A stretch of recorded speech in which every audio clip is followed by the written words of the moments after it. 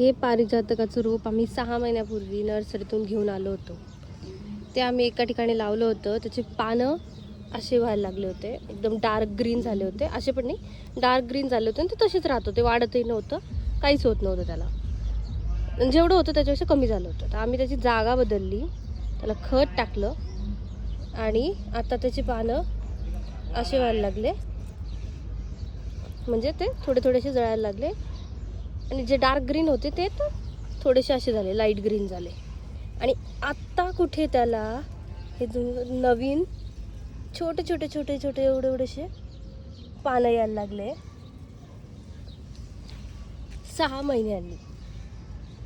म्हणजे ज्या झाडाला असं वाटलं होतं की हे झाड आता गेलंय, त्या झाडाला एवढे बारीक बारीक छोटे छोटे पानं आलेले आहेत नवीन.